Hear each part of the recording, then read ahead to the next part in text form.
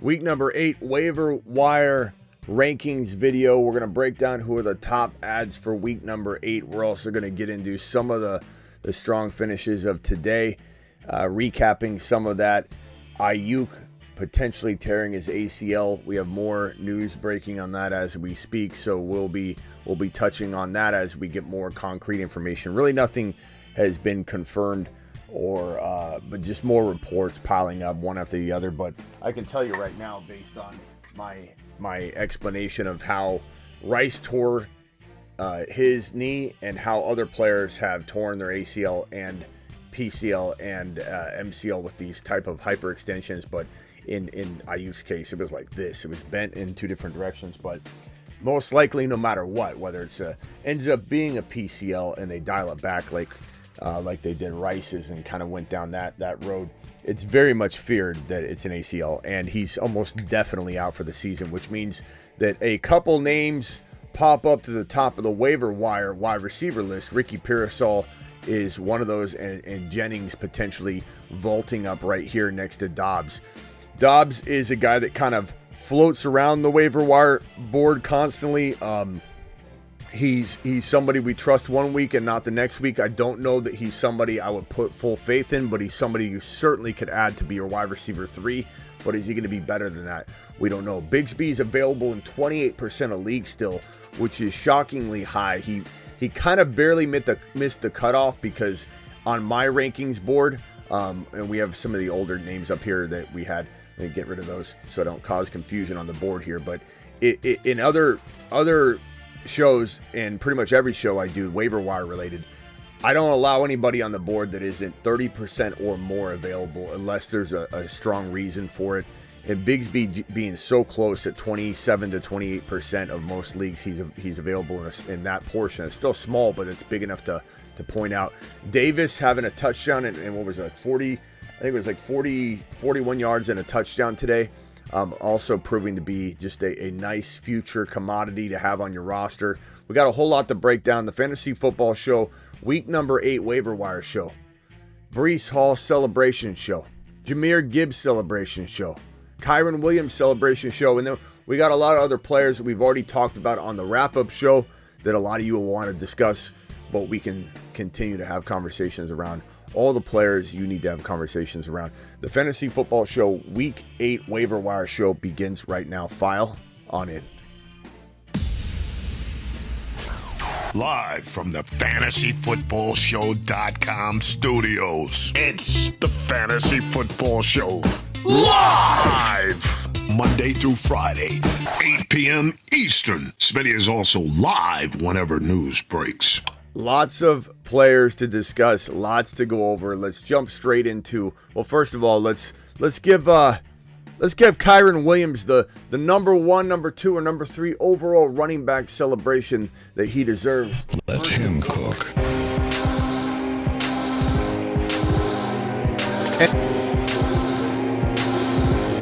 And this man right here, Jahmyr Gibbs, both Kyren and Gibbs dropping 2 touchdown affairs. Kenneth Walker, this man as well, a 2-touchdown monster. Kenneth Skywalker.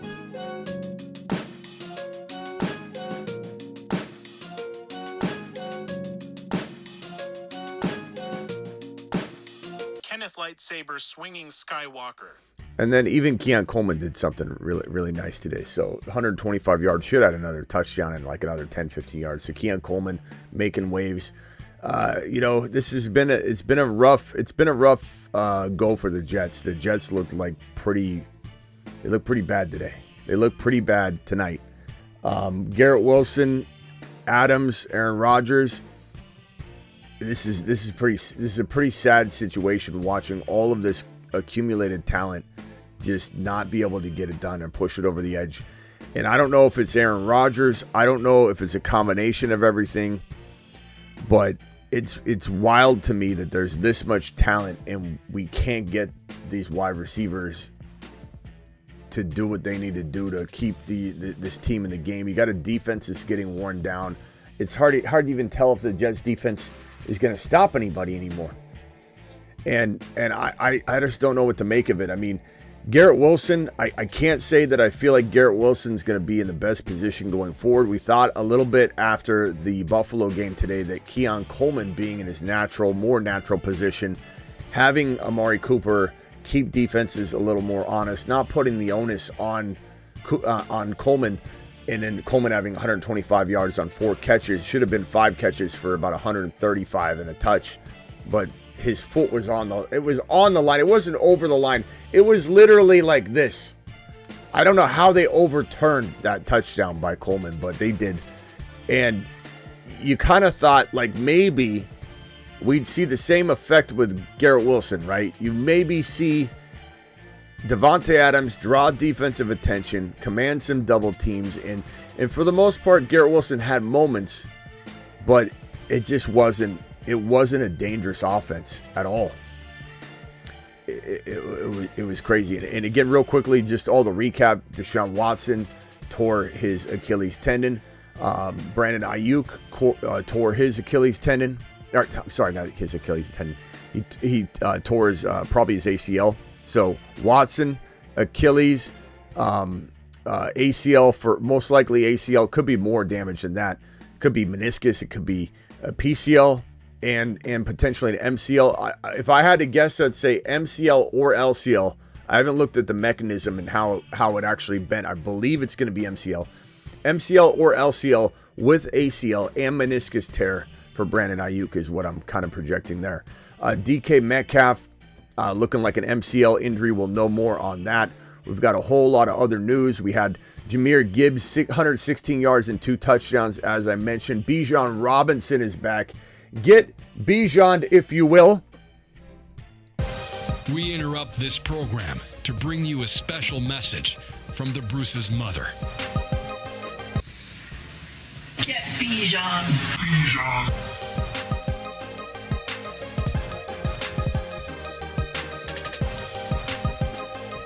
Yeah, and Tebow time, thank you for the acknowledgement. He said, you called it, Smitty, no practicing leads to injury. The holdouts always lead to injury, especially with a player like Ayuk who just feels soft.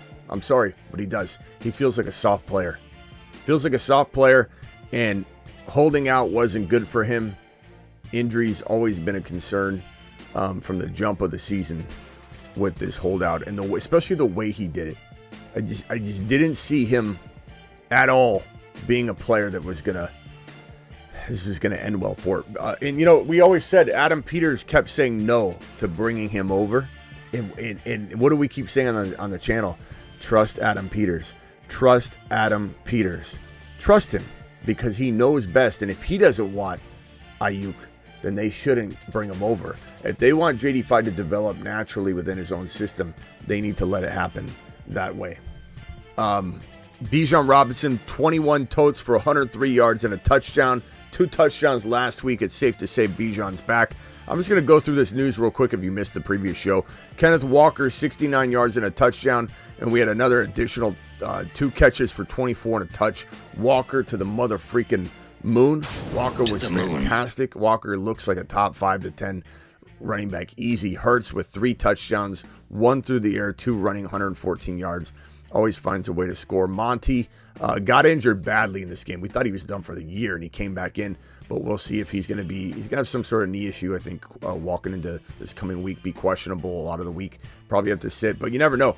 Even if he doesn't matter. Gibbs is still the top 5 running back that we talked about all week long, and the week prior to that, and the week prior to that, as people kept saying, Monty's the number one. Monty's the number one. Monty's great. Monty's a top 10 to 12 running back. But Gibbs is a top 5 overall player. Big difference. Amon-Ra St. Brown. Look at this guy.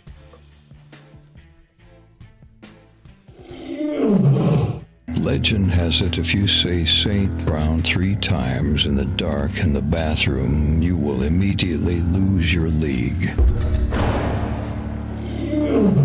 And so, 112 yards and a touchdown for Amon-Ra St. Brown. What a fantastic marvel that man is. This guy's missing. We're looking for him right now. Got the bat signal out for him. Devontae Smith just absolutely went missing. CJ Stroud, 86 yards. Who expects anything out of Tank Dell? How could Tank Dell do anything? Doesn't matter. It is what it is. Do we acknowledge that Tank Dell? Pull the plug for now. Don't cut him. but is he on your bench permanently until this man could throw more than 86 yards and have more than 10 completions? What good is anybody on the roster but Joe Mixon? All they do is lean on Joe Mixon. Joe Mixon went on a tear. This man continues to drop top 5 running back numbers and will probably continue to as long as he stays healthy. And you know what? You got to play with the house's money at this point if you have this man on your roster and say, forget it until the wheels fall off, because look at the production he's getting in Houston. It's phenomenal. Josh Allen doing Josh Allen things, continuing to be a top 1 to 3 QB every single week. Oh, Dell, no action from the 86 yards that Stroud produced. Surprise, surprise. It sucks. It is what it is. Justin Jefferson, 7 of 8 targets, 81 yards and a touchdown. Marvelous man that he is, continues to do Justin Jefferson things. Aaron Jones, you got to believe in him as long as he's on the field, just like Mixon. Old dogs, they're up to old dog tricks. And until they get hurt, you just got to roll with the punches and say, you know what, if he misses a game or two, I'll wait for him, because when he comes back, he's doing good things in that Minnesota Vikings offense. Malik Neighbors, probably one of the better buy lows walking into week number 8, really. And Keon Coleman, 125, 4 catches. Should have had a touchdown. And this man, Kyron Williams, look at this line here. 76 yards and 2 tutties yet again. Doing Kyron Williams things. And Barkley, revenge game, 17 totes, 176. Look at all these Moon Men and Mars Men just exploding today. Just exploding. Mars Man extraordinaire, Saquon Barkley. Over here, pal. Great job. I'm going to set you over here, Mars Man. And this guy injured, but I wouldn't be too worried about Jaden Daniels. They didn't need to put him back in. They were going to win this game anyway. He's already out of hand by the time they had Jaden ready to run back onto the field or something. So they said, take off the uniform, run out there in the sweats, and just sit tight, young man. You will get your go next game. That's really all there is to discuss for the most part. Coming off of the morning and afternoon games, we just saw this Sunday night game where a lot of you think that Russell Wilson cooked. Russell Wilson, that was a pathetic first half, let's just say. He did come around, he did play well, but no one's saying that Fields couldn't have done what he did. I still don't think this was the right move. We'll see what happens in the next week or so. Pickens bailed Russell Wilson out of a horrible throw. There were several throws that this game went in a direction where it wouldn't have gone had Russell Wilson not had a whole lot of luck. Let's not pretend Russell Wilson didn't have a whole lot of luck in the first half. The second half, things started to open up, and really, the Jets just folded like a chair. And we'll see what happens. But if anybody thinks Russell Wilson was phenomenal in that game, you're just, I don't know, blinded by the Russell Wilson let it ride, Steelers country let it ride aura that this guy, I guess, gives off to you. I don't know. I'm not sure what makes you think that this is a great quarterback. This guy looked cooked. He wasn't cooking. He looked cooked in the first quarter, maybe quarter and a half. But he was throwing absolute garbage footballs all over the place. This so-called moon ball that Collinsworth was glazing over. It was like, that moon ball was fantastic. Anytime they got near the end zone, you can't throw moon balls. And he threw a football at the back of Pickens. I believe bounced off the defender's helmet. Pickens grabbed it. They were fumbling around for it. This thing could have gone in such a different direction. But you do whatever you want if you want to ride the Russell Wilson train. Go ahead. I'm not on that train at all. I'm not. We'll see if he turns into a pumpkin next contest. Okay. Yeah.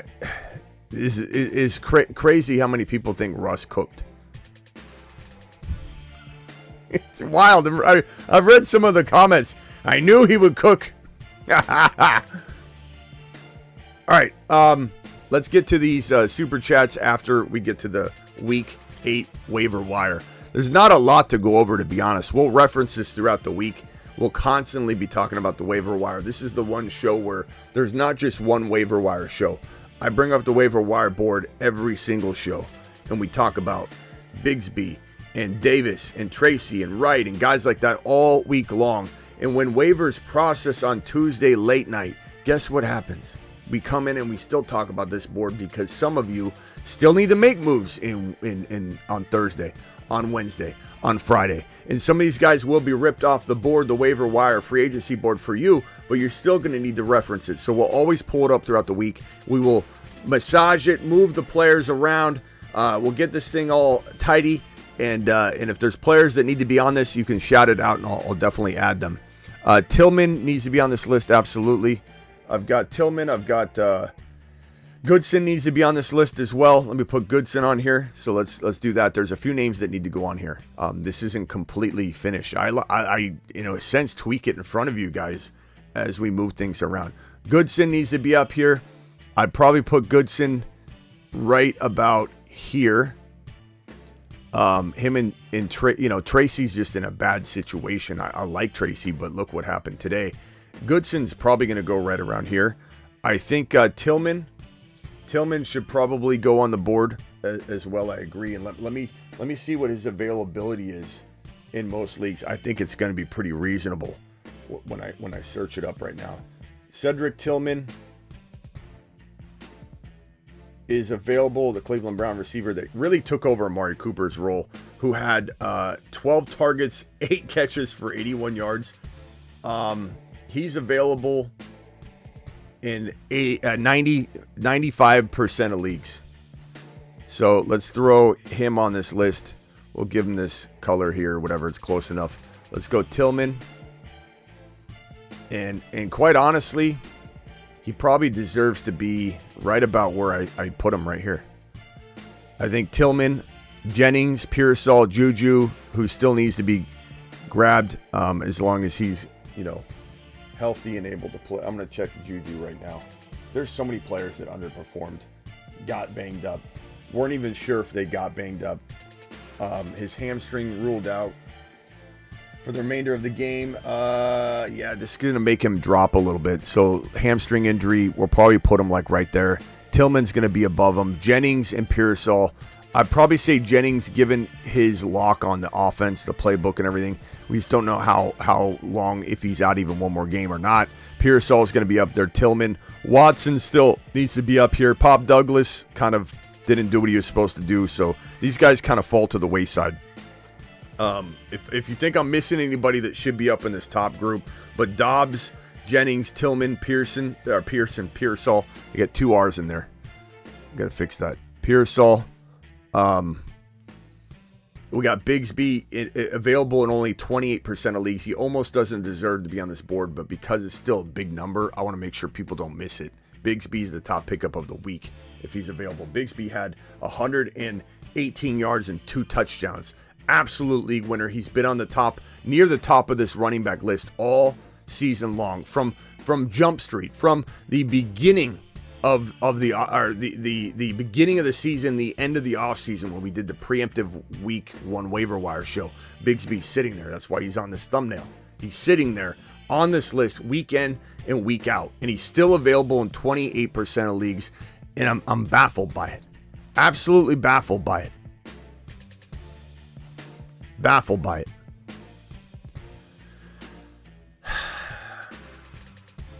Quarterbacks, tough to say who's available across different leagues. These percentages kind of are very wide spreading depending on your league. Even in leagues that are bigger, they'll have less QBs, or some leagues that are smaller will have less. It's weird, depends on the roster requirements.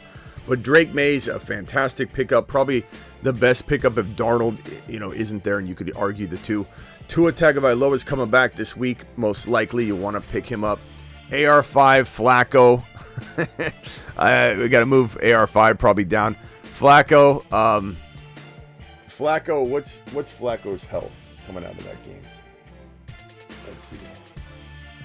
Let me just see what it says as far as injuries. Flacco will return to the backup role Sunday. Yeah, I don't think there's anything on that. Flacco.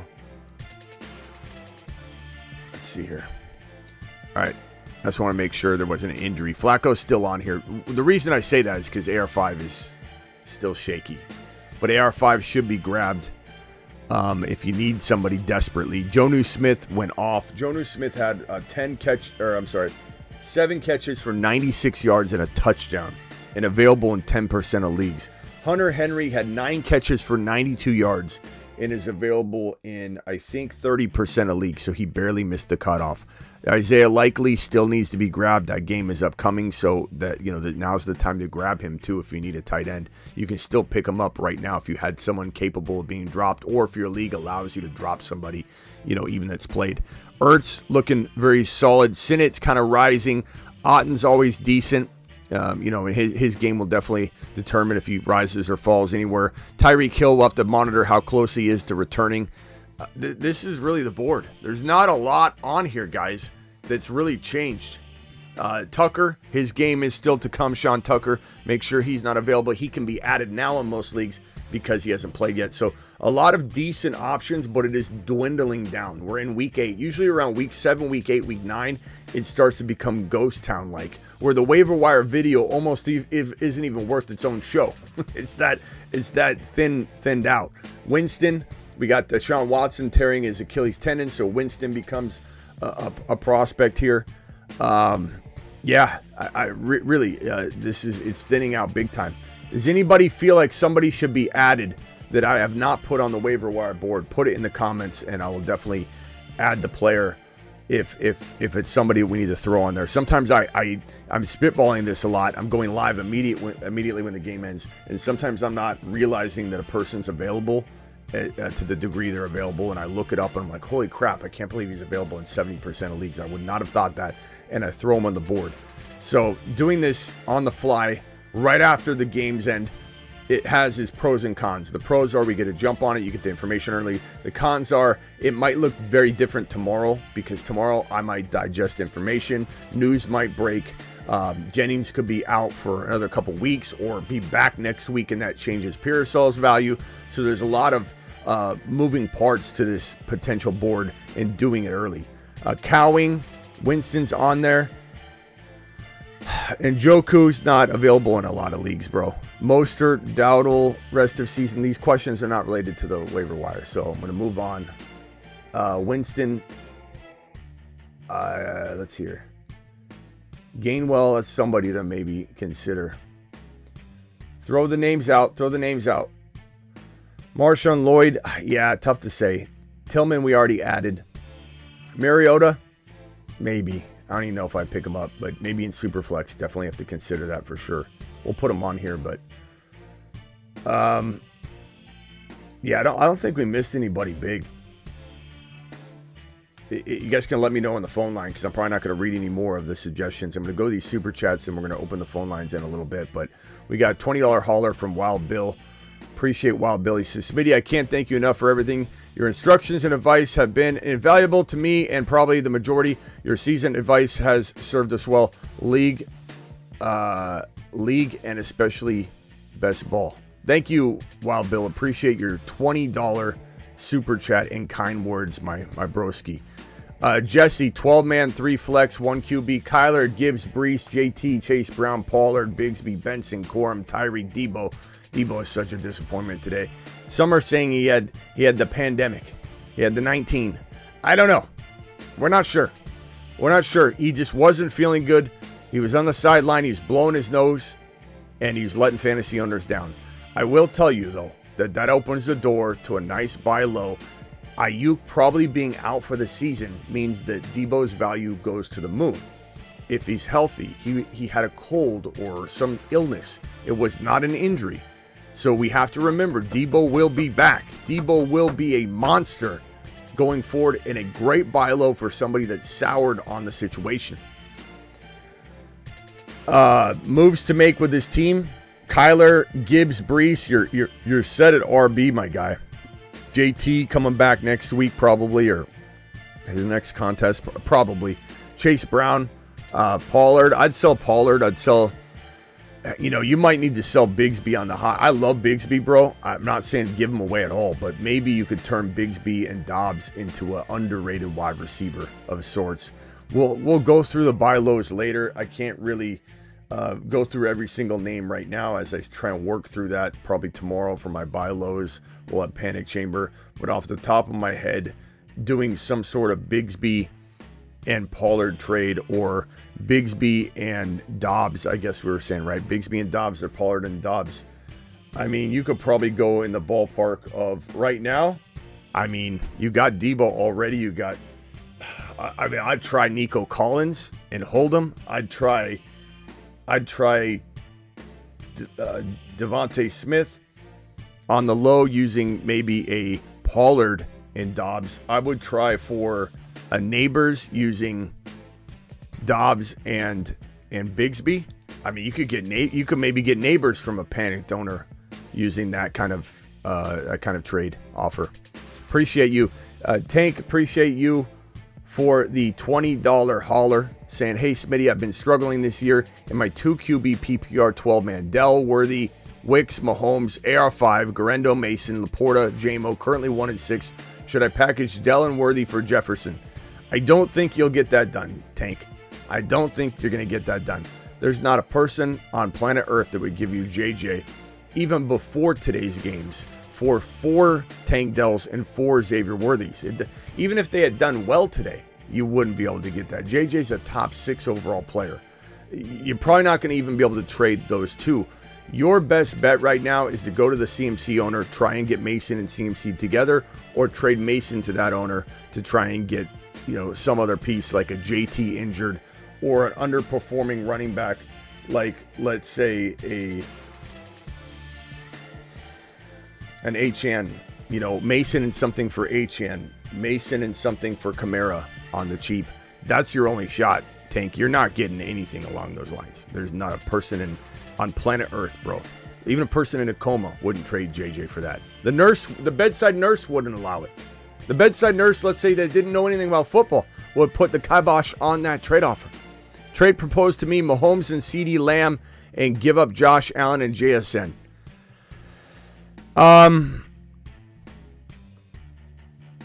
I would rather, bro, this is so tough because Allen wins weeks for you.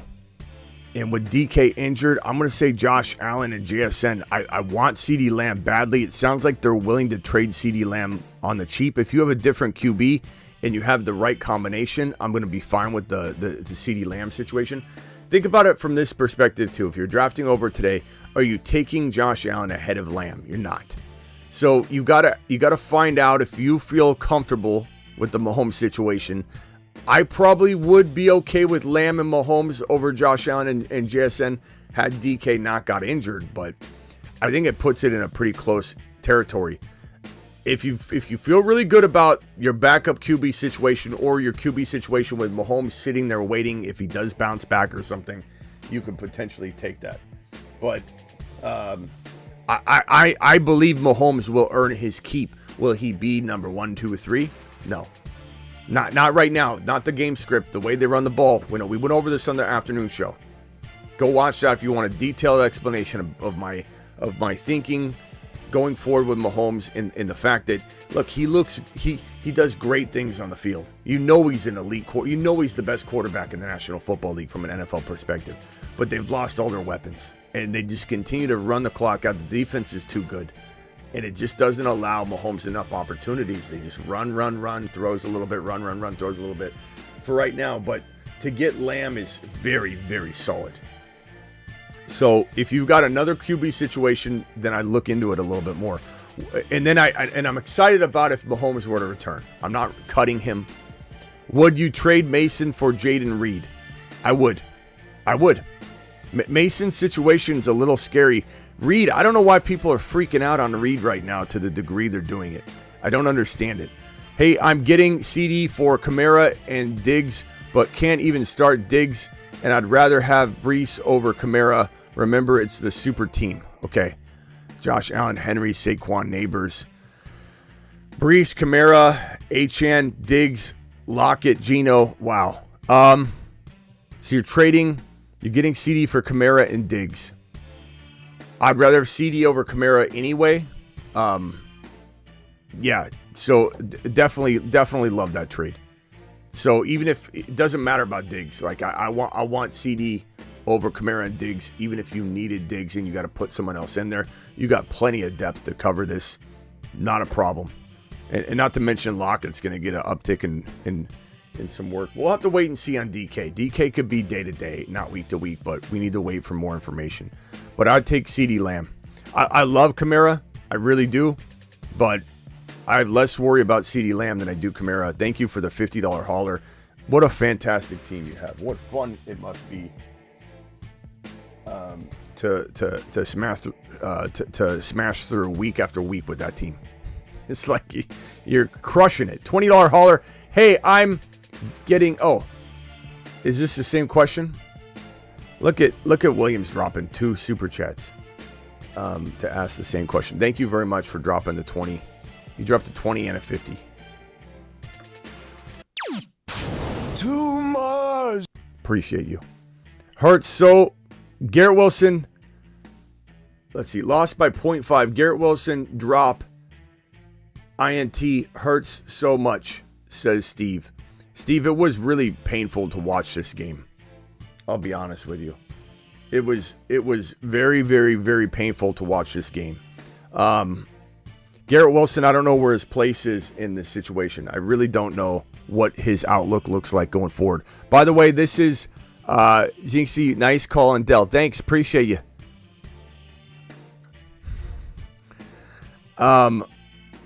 Peter says up by 26. Have Henry against Mayfield. Winning?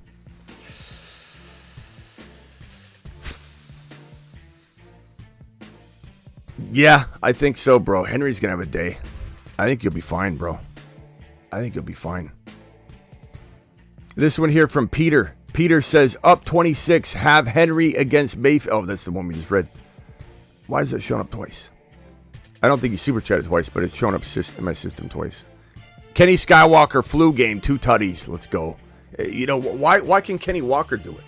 Kenny Walker can show up in his flu game and do his thing. But at the end of the day, we can't see Debo anywhere. Debo's blowing his nose on the sideline, doing absolutely nothing. League winner, top 3 running back, says Stunna, loving the Kenny Walker value. Safe to drop Mahomes. No, I don't think you drop Mahomes. It depends on what you can pick up, but I think that you drop Mahomes, I would scoop him up. I would scoop up Mahomes if he's dropped in any league. I'm not saying you start him over whatever quarterback you have. You got to make that decision case by case. But are we really going to drop him? I don't think so. 12-man, 0.5, 2 flex, Burrow, Dobbins, ETN, Dell, Ayuk, Ertz, Jason Flowers, benches, Irving, Sharps, Adunze, Pittman, Brooks, moves. Or am I cooked? I think your team is pretty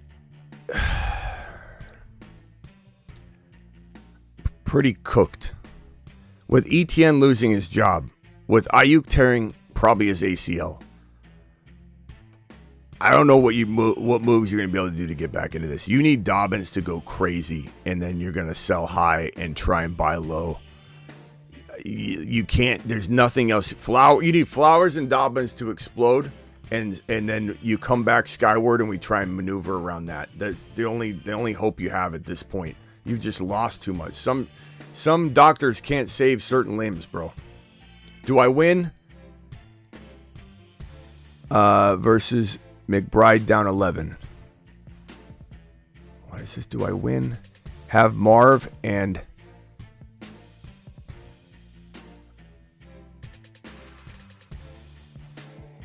Bucks kicker? Okay, bro, you're smashing it all together here. Bucks kicker and you have Marv. Have Marv and Bucks kicker. Have Marv and Bucks kicker versus McBride down 11. It's gonna be even down to a 1-point win. I don't even know that I could say you're in the advantage or anything. Smitty, Kenny Walker and Kyron to the moon. Absolutely, bro. You know, we got a lot of people that like to come in here and clown on different things like, oh, your Tank Dell call or AR5 isn't working out. Like, not my fault you drafted the 2 or 3 or 4, and there are misses. There are always going to be misses. Do you know how many thousands of things I say per 2 days or per day? Sometimes if we do a 4-hour show, it's wild to me how many people try and pin their losses when they accumulate the just wrong amount of players. Like, what about Kyren? Did anybody win? Has anybody winning their league right now? Because Kyren was in round 2 and we said he was the number 1, number 2, or number 3 overall running back, which he is right now. How you doing with Kenny Walker when you stole him away in the 3rd and 4th round early in the season? You know, you can complain all you want about Dell or this or that. And, you know, you can complain all day long. It is what it is. You can't be mad at someone else because you accumulated the wrong grouping of talent. Smitty, Ken Walker, Kyren to the moon. The Jets are cooked. I need Achane to lift in the next few weeks. Achane's going to go to the moon. He's the next running back to explode. My Kyren for a CD, I'd rather have Kyren. Lost Ayuk, I'd do something different. Kyren's the number 1, number 2, or number 3 overall player. You deserve more. You need to get more. Kyren just proved that. CD's in a slump right now. You can't trade him 1 for 1. Terry, Debo, BT, Tank, Juju, Achane, Gibbs, Mixon, B-Rob, Bigsby, Braylon Allen, Wright, Allen, Hawkinson. Trade Bigsby and 1 for Collins to the ETN owner. Absolutely. Bigsby for Nico would be fantastic. Although, I will say that Bigsby's darn good, bro. Darn good. Darn good. Would I give up Devontae, Terry, or Debo? No. BT, no. Juju, sure. Tank Dell, probably to get Nico at this point, but yeah. Wright, yes. Hawkinson, sure. Kincaid, sure. You know, but if you're talking about another piece, no. Like, you can't get rid of Tay Adams. You can't get rid of Terry. You can't get rid of Debo. You can't get rid of BT. You can't get rid of those guys in order to try and get a player that's going to be out for, you know, handful more weeks, bro. But I do think Collins is one of the better go-get players in fantasy right now. Great stash and hold. $5 hauler from Christian. 12-man full PPR. Hurts, running backs, Brees, Kamara, Gibbs, wide receiver, CD, Amon-Ra.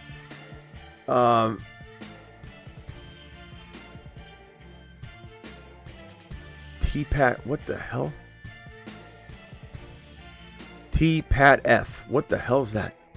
Team currently 3-4 this week. Any moves to make? I don't know who T-Pat F is.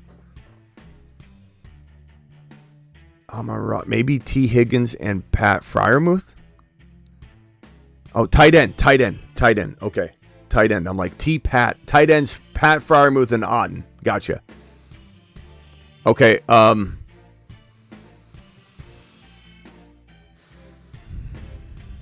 it's Pat Fryermuth, I'm guessing, not Pat's tight end. Yeah. Okay. So let's go with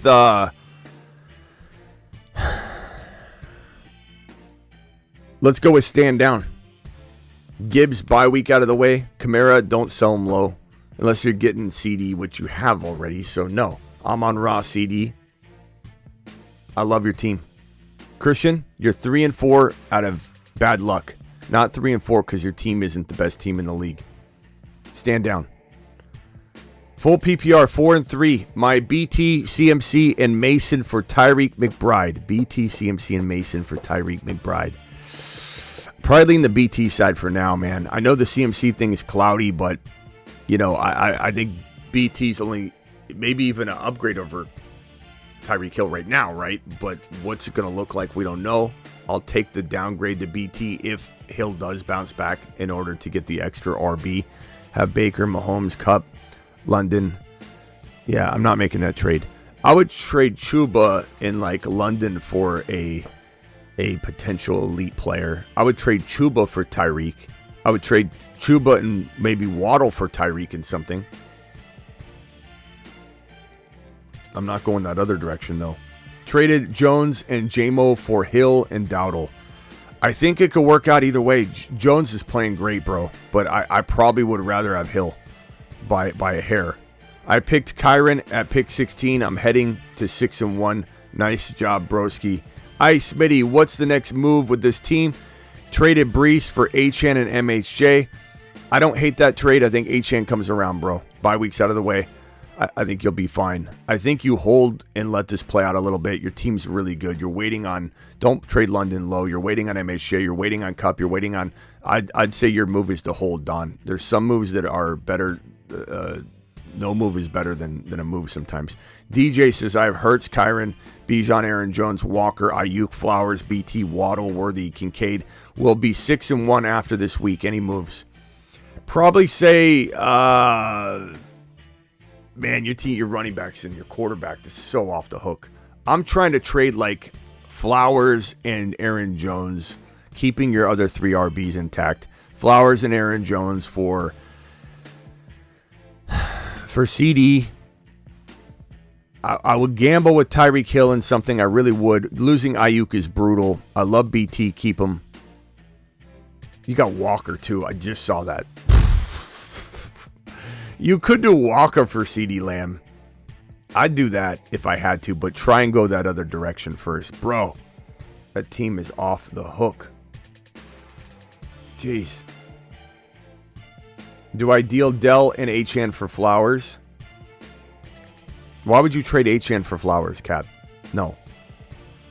Might sound loco to you, but Shepard getting targets. We'll see, Aaron. Eric, appreciate you. Smitty, I'm a bit worried about my team. Allen, Mason, Kyron, Neighbors, Dell, Laporta, Monty on the bench, JK, JMO. I don't worry about your team. I just try and trade Mason to the CMC owner. Give up JMO, give up JK, give up potentially somebody like that to maybe get somebody that's a little bit safer. Go to the JT owner, go to the Achane owner. Try and get rid of Mason using even JMO or JK to get a safer RB situation. That's the only thing I'm focused on, Eric. Everything else is really solid on that squad. I'm not freaking out about it. Achane, CD, Adams, Cup, Kelsey, Air, 5, Pollard, B-Rob, Leggett, Javonte, Bucky, Juju, 4-3, trade advice. I love Achane, CD. I'm probably holding Cup. I'm probably holding Kelsey. Adams is somebody that's hard to trade right now. Pollard, you could maybe trade. I think I'm trying to get a better quarterback. You could always buy low on Mahomes, bro, using, let's say, a Pollard or something right now. Javonte's got good trade value. You could always go after, Go to the teams that have 2 QBs and see what you can get using like Pollard. But I would not mind with your RBs, you trusting in either B-Rob or Javonte and trading one of the others with Adams to get that elite stud wide receiver at the JJ level. JJ did well, but he didn't exactly have the game that makes him untouchable. So you could go in that direction. Past that, I think you're really trying to upgrade into a JT using... I would trade Javonte for JT. I'm trading Javonte high. I like what he did. I'm excited about him, but I'm trading him high. If Javonte comes out and has a dud game next week, his trade value is gone. You're selling high. I would explore selling Adams and Javonte together. I would explore selling Pollard and Javonte and Adams and Pollard and Brian Robinson and Adams and Brian Robinson and Javonte to get that bigger name player. Caps, I appreciate you. I was down 18. My opponent had Jets D 15 now. Now I'm down 2 points. I got Dobbins and McBride left. They got Palmer left. Do I win? You've got McBride and Dobbins. They have Palmer. Of course you win, Caps. I know you want me to pat you on the back and tell you you're going to crush them. Anything can happen. I was in a situation where my buddy just needed Janikowski to have 1 point. I mean, what are the odds a kicker doesn't have even an extra point? And I lost that one. It was brutal. Last game of the season, last player of the season. It was brutal. It was like in 2005, maybe 2007, something like that. 3-3 fantasy record.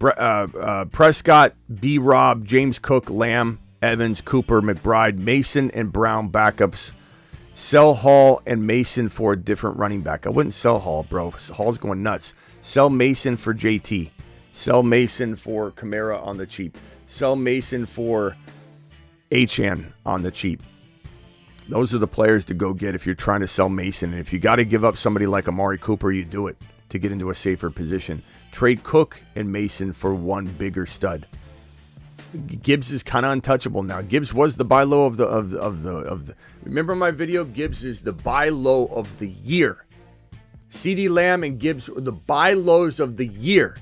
There is no better buy low than Gibbs or CeeDee Lamb, and Gibbs just showed you why. There are no better buy lows than Gibbs or Lamb. Not one. And this man went out and did what he just did. 116 yards and 2 tutties. If you bought him low, you may have won your league. If everything else goes to plan. Need Dobbins and Henry to combine for less than 60 points tomorrow. I think that's probably possible. I would rather bet against that, but you never know. Those are two players that could do it. Henry could have a 35, 40-point game. JK could get the difference. It's really tough to say. But I would say betting on the under on those would more often than not win. Also, best trade target wide receivers this week. Neighbors is one. Marv will be, depending on his game. Reed's for sure one. So you definitely have them pegged as a few of my favorites. But I would still say I'm going after Nico. I still go after Tyreek. So those are more. You'll have more to come on the Buy Low show. More to come on the Buy Low show.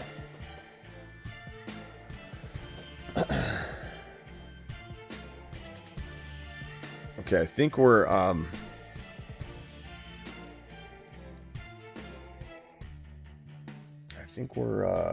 caught up on the super chats. Let's take a few phone calls. Call into the show. Call into the show.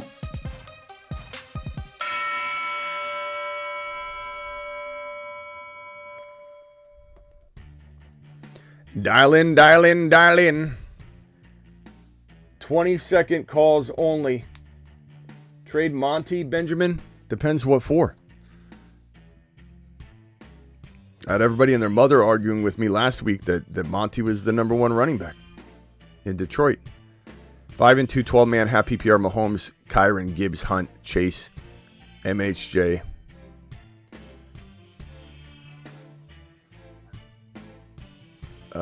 Let's see here. Time to sell Hunt on the high. I would sell Hunt on the high, I suppose, sure, but I'd also hold him. I wouldn't be afraid. Like Kyron and Gibson, you're set with Jamar Chase. Where I love this team a lot. I don't know that there's a lot for you to do unless you were to trade like Hunt straight up for Hill and take a gamble like on Hill or Mike Evans or something like that. But Mike Evans might change his trajectory too. But those would be thoughts I'd have. And then this $20 hauler from the Patrick. What do I do with my team? JD5, wait on him, obviously. K9, Achane, Chase Brown. It's a great team. Bigsby and Brooks still have very good trade value, although I don't necessarily trade Bigsby away, just that there's good trade value. Devontae Adams and Bigsby, Brooks and Adams together to go get that CeeDee Lamb. Devontae Smith and Brooks, Devontae Smith and Bigsby, and a slew of those guys could maybe get you something like that. I messed up and I traded Kyron and JT and Olave. I really regret not having Kyron. I tried to tell you, pal, but I appreciate you. And thank you for the $20 hauler.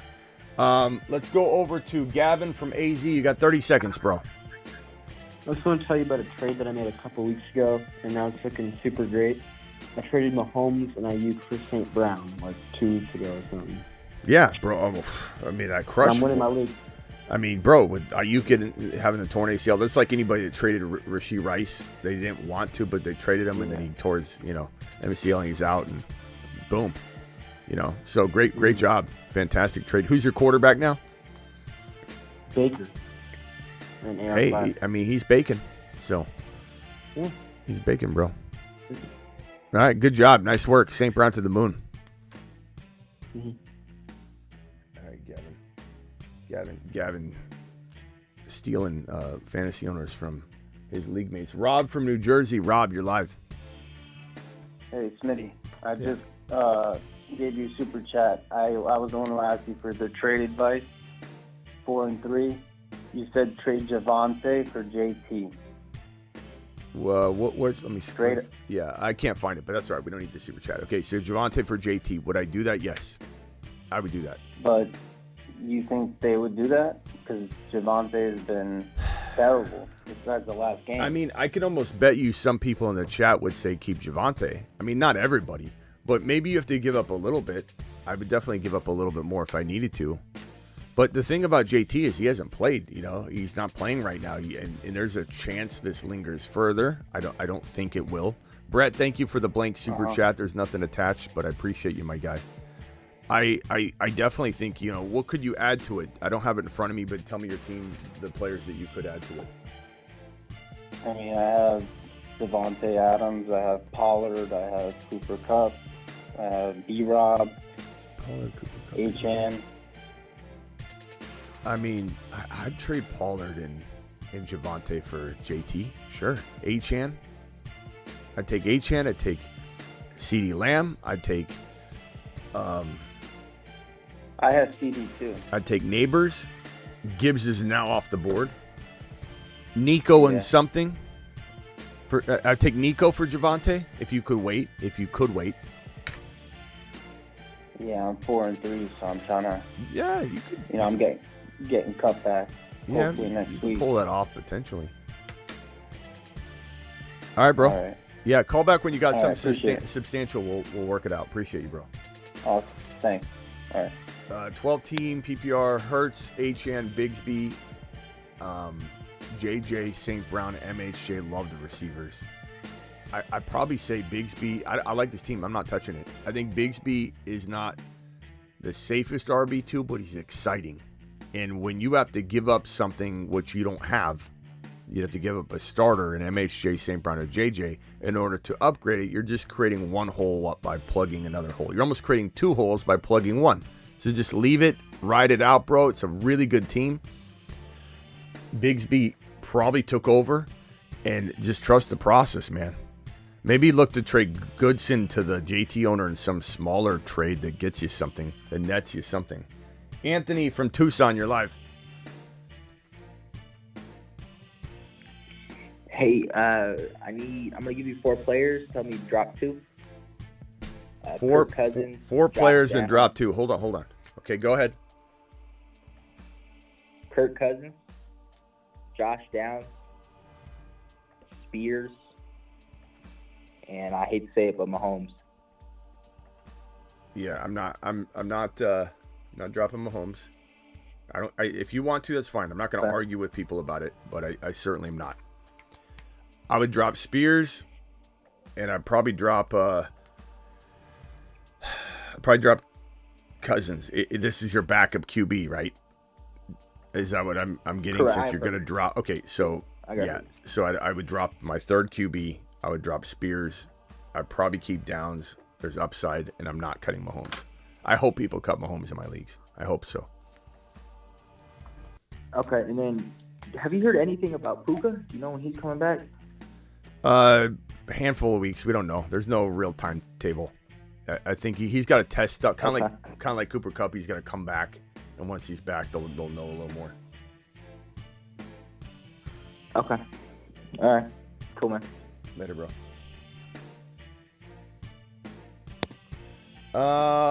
Taylor from Cincy. Hey, what's going on, Smitty? What's up, my guy? All right, so I don't know if you remember my team, but I managed to sell high on Ingram and Dobbins, and I got Achane for them. Nice. Last week. Boy. So now I got starting 3 RBs of Mixon, Achane, and Hall. So I got an RB1 as my flex, which is great. Great. But Breece Hall pulled through tonight.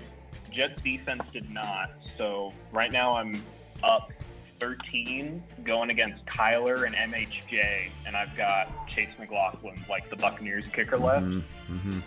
So I'm kind of staring 3 and 4 in the face right now. I probably would agree. It's crazier things have happened, but yeah. I mean, it's possible that anything can happen, bro. I'm telling you. I've seen crazier things than that happen. But yeah, I would probably expect that. But you still got a good team, bro. Yeah, you did a great job. The one thing I'll tell I still got Chase. I still got London. the one solace I'll tell you is this. This is the one thing that I would say to people that are this is what Miss Smitty suffers from right now, is that I'm losing my lead. I'm losing my... All you have to do is make the playoffs. That's all you have to do. In some cases, it's a blessing in disguise to have a worse seed. Sometimes it lines up perfectly that your path to victory is better from the 5 seed, from the 4 seed. So just understand that all you got to do is make the playoffs, unless you're in a total point race, which is a problem. But if you're sometimes you could have a great total point score even though you got 3 wins or whatever. So that sometimes doesn't even matter. But don't worry about anything if you're gonna make the playoffs. Just make the playoffs and let the fates align, and just trust the process. And maybe the best team in the league loses round 1. It happens every year. I would say like 20-30% of leagues, the top team loses round 1. Or if they have a bye, they lose that next game, whatever. And then all of a sudden, you don't even have to face that person anymore. Like, just don't fret about it. Your team's gonna be fine. You made some good moves. Thanks, brother. All right, yeah, man. I'm just like, and we also got 6 teams in our league that make playoffs, so I got higher chance than I feel most leagues do. So Yeah. I just got to make it to the dance, and I think I can make some noise. I've just had bad luck recently facing teams that are like the top scorers of the week. Yeah, we'll call back when you got a substantial trade on the table, and we'll break it down. All right, thank you, brother. All right, Caps, hang on. Eric, hang on real quickly if you don't mind. Cup and Pollard for my Jacobson, Higgins, and Coleman. I'd rather have Cup and Pollard. I think Cup is going to be great down the stretch here. Smitty, this is Bay Area Thomas. Pickens a wide receiver 1 rest of the season. I could not get behind that statement. I could say that he's probably better off with Russell Wilson for sure. If Russell Wilson does any good, he's going to throw the ball more than Fields did. That's certain. That's a certainty, because he can't run. So like the production has to come from throwing the ball. I would say wide receiver 1. No, I would say, could he be a wide receiver 2 and dance with wide receiver 1s at times? Sure, but I would not expect him to be a wide receiver 1. But I think he certainly could be returned to like the high end wide receiver 2 category. But anything's possible. Trust your gut. Allen, Kamara, Hall, AJ Brown, Metcalf, Kittle, Dell. Who should be wide receiver and flex? Adam, Lazard, and Mooney.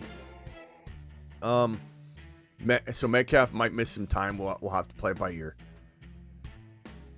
Trust in Kamara. I mean, you're throwing Adams in, and you're either trusting Dell in the flex for another week, or you're going to throw Mooney in. But what did Mooney even do? Let me pull up Mooney just to get his exact stat line. I have a rough idea. I know he had some good targets, but he didn't have like the best game. 5 for 46. I mean, you got to trust your gut on that one, but I would look to the waiver wire. See if there's somebody on the waivers that you could throw in. Lazard's okay. What did Lazard end up finishing with? Lazard's always getting targets from Aaron Rodgers, no matter what. 4 for 58. I mean, those are safer. Dell's like risk for 0. His quarterback can't throw more than 86 yards. What's Dell supposed to do? Dell had 2 touchdowns again that did not connect. And one of them you should say he touched it. Dad said if it touches your hands, you should pull it in. But he was laying out for it. I mean, it is what it is. But you got to put Devontae Adams in your lineup for DK. Hopefully DK doesn't miss a lot of time. But between Dell, Lazard, and Mooney, it's really even Steven, bro. Maybe bring that to us as the week moves along, and let's lock in a decision later. I don't know that right now we could even come to a conclusion. Let's let the dust settle, too. Combined for 0.8 today. Wide receivers combined for 0.8. You know what? In Miss Smitty's league, I had Devontae Smith and... who are my receivers? Devontae Smith and... Let me pull it up. My top 2 wide receivers got me negative points. I had Dell and Devontae Smith this week in Miss Smitty's league. They got me minus 0.20. It is wild. It was so wild, bro. And I have Debo and... Oh, no, that's the other league. Jeez. Trust in Debo, bro. Trust in Debo. That's brutal, though. Cap from Florida, you're live. Bro, you know what's even more wild? I also had Dell and Devontae Smith. They gave me 0.8 for Devontae Smith and 0.0 for Dell. And that's why I'm trying to figure out, and I need you to hear me out, bro, okay? I got Jacobs and I got Dobbins, right? I handcuffed Vidal, I handcuffed Emmanuel, okay? That's why I have A-Chain, and I was trying to think of, trying to package in A-Chain with Dell or trying to do something for a receiver because am I overreacting? Do I play it out next week and let them ball? So name your starters, your starting receivers, the ones you're worried about. The starting receivers I have right now are Dell and Devontae Smith. That's it. I got to get on the bench. I mean, you got to panic a little bit, bro. I mean, but what can you do? Who are your RBs? A-Chain and who? Dobbins and Jacobs. I mean, you can't trade. I mean, you can't even trade any of these guys. I mean, maybe you can trade. That's what I'm saying. Like just right out with them. You got to. I mean, what are you going to do? You can't trade A-Chain on the low. You can't trade. Maybe if JK explodes, you can do some sort of weird trade. We'll have to attack that tomorrow, but. I mean, yeah, this team's borderline cooked if JK can't explode and you get something, if you don't get Devontae. Look, Devontae Smith, let's not freak out about Devontae Smith. Like one game doesn't. Yeah, I'm not going to freak out about that. But yeah, we're worried about, look, how is Dell, regardless of whether I'm right or wrong on Dell bouncing back, let it go. How is Dell supposed to do anything when his quarterback throws 86 yards? No touchdowns. How is Dell supposed? Is he supposed to pull him out of his rear end? Like how is he? No, but the question is, will it change? Will Stroud be able to manufacture touchdowns? I don't know. Unfortunately, I don't have that answer. What I'm saying is, Dell in the next 2 weeks is going to have to take a backseat to Nico. So I'm trying to deal him now with maybe a package deal to try to get a number 1 receiver. Yeah, bro, you need JK to go nuts. Jacobs, you could toy around with. You could toy around with it. What was his final stat line? Jacobs. For tomorrow, it's supposed to be 16 points. No, Jacobs. What did Jacobs do? No, he plays tomorrow night. Oh no, Jacobs. I'm sorry. Don't worry, I got it. I'm thinking of Dobbins. 76 yards. So he had 76 yards. Kind of a nice uptick week. 5 catches, but only 18 yards, 16 yards. So he's going to be hard to sell high. You can't sell Jacobs high.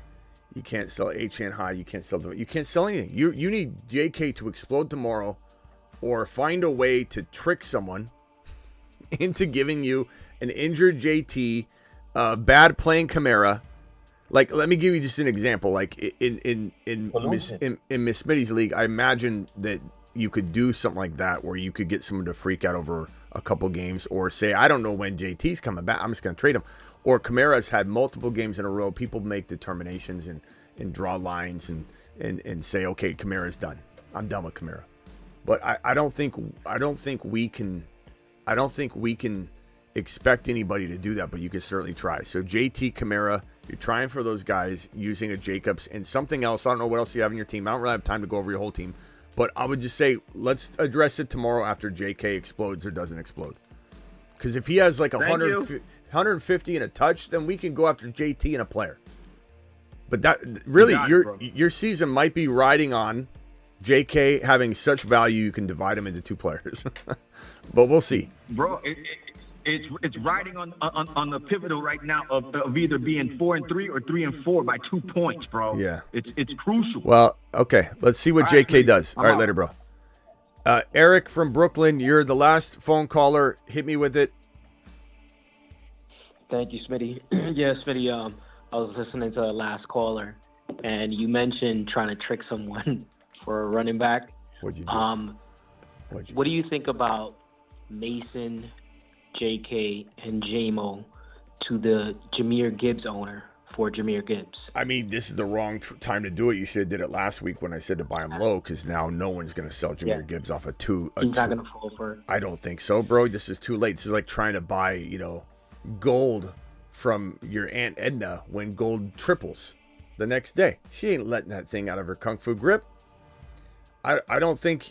Yeah, and Mason having a bad day, JMO having a bad day, and you need JK to explode. He hasn't played yet. If he explodes, maybe there's some sort of way to do this. But, bro, Gibbs just had 2 touchdowns, 116 yards, and became a top 5 overall player. This is why I continued over and over and over.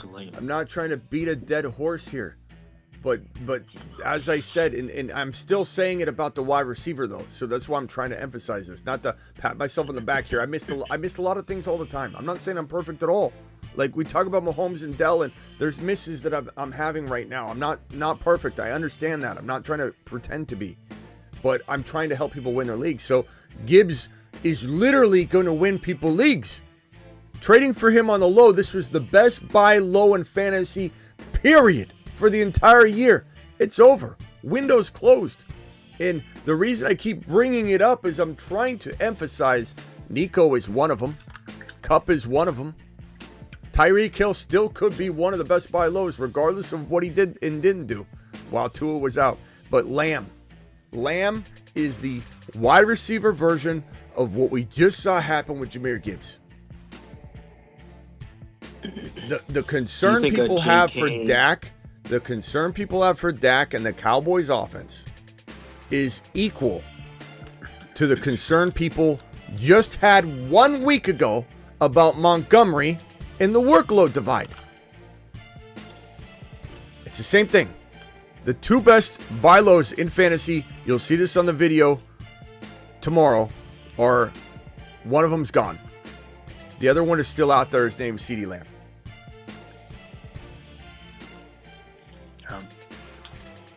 All right, what else you got, Eric, real quick before I go?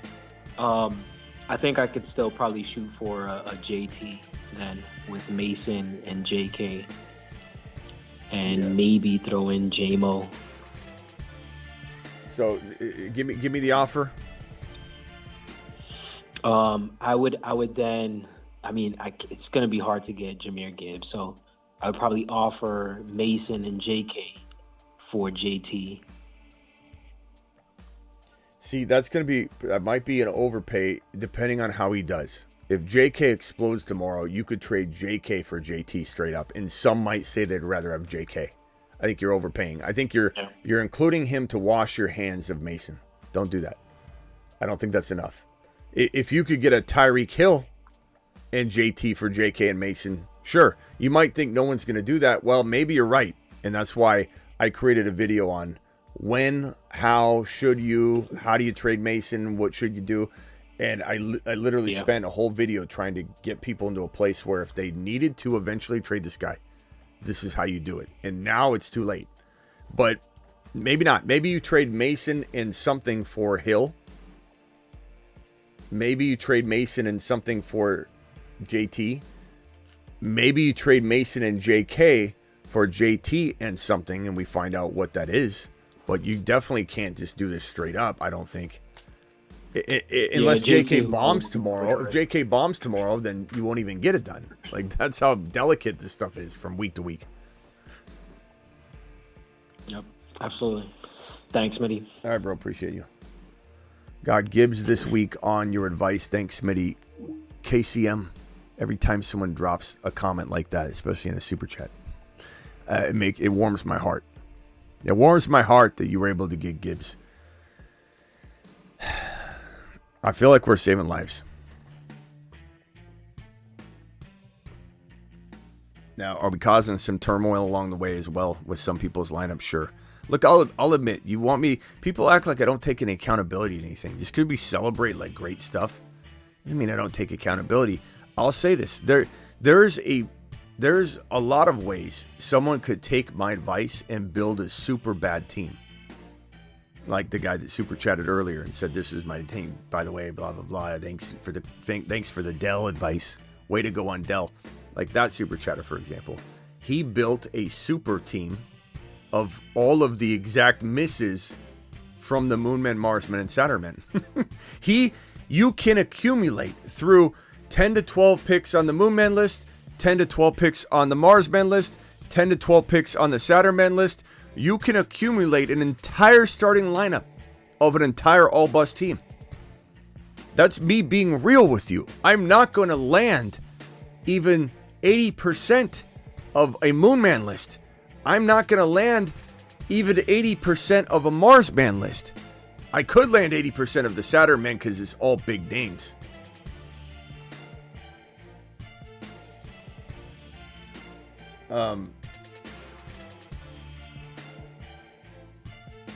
So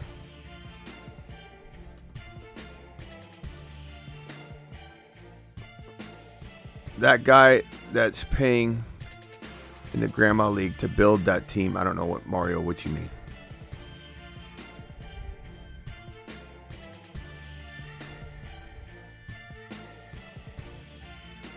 All right, 2 more phone calls. Call into the show. Call into the show. I mean, that's the part that's so head-scratching to me. Is people think that if they build a team off of all of your vice, that you're responsible for it. That I drafted that team. That because they have, even, let's say their entire team is a bust, like that one guy that keeps super chatting. He drafted the entire all-bust team from all of my content. Or he's just pretending he did, because he's a hater or whatever. You can do that. You can easily do that. Who says I'm landing 80 to 90% of my bold predictions? Nobody.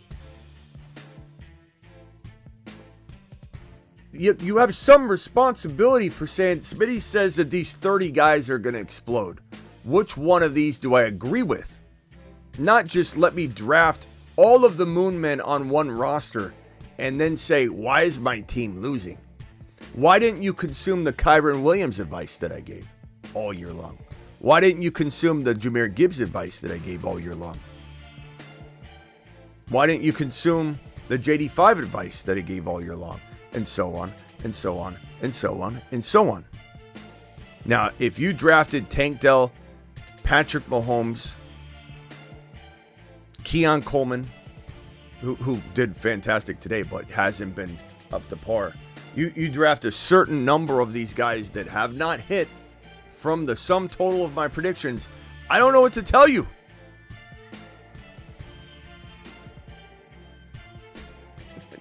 I don't know what you expect. And it's hilarious that anybody's blaming anybody. I'm not mad about it. It doesn't bother me.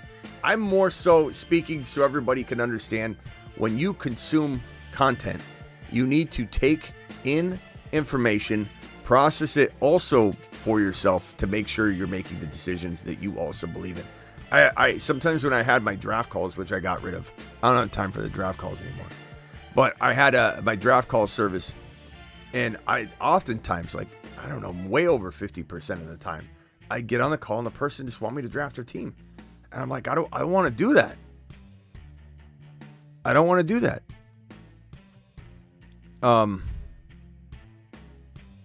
I want you to draft a team that you like that and I can help guide you, but a lot of the time people would be like, who are we taking here? And it didn't matter what I said. I could have said we're taking Pop Douglas in the 5th round, trust me.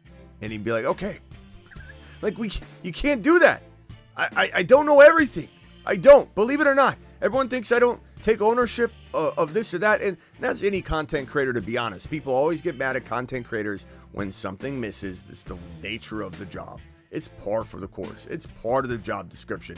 You're an NFL player, you miss a catch, the entire fan base hates you. The next week you catch a touchdown, the entire fan base loves you. That's the nature of being an NFL player. This is the nature of being a content creator. I get it. I know what I signed up for. I'm not mad about it.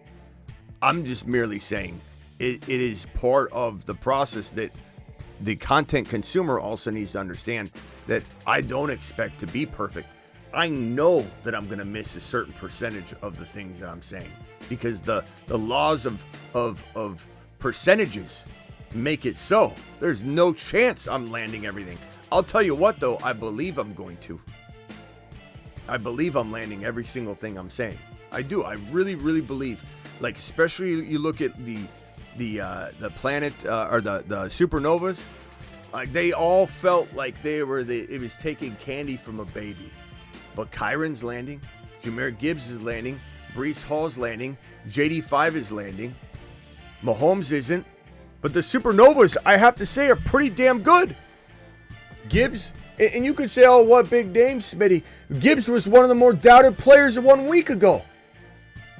Gibbs isn't somebody that everybody knew was going to do exactly what he's doing right now. I've been debating Gibbs this entire last 7 to 30 days with people.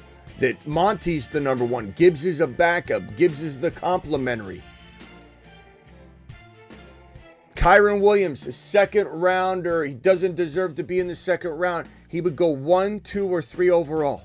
I would say those two supernovas, as much as you think they're big names, and in retrospect, they're not that bold, Smitty, those are two smashes. So, yeah, while Mahomes were waiting on him, some of you are giving up entirely. I get that. I'm not even mad about it.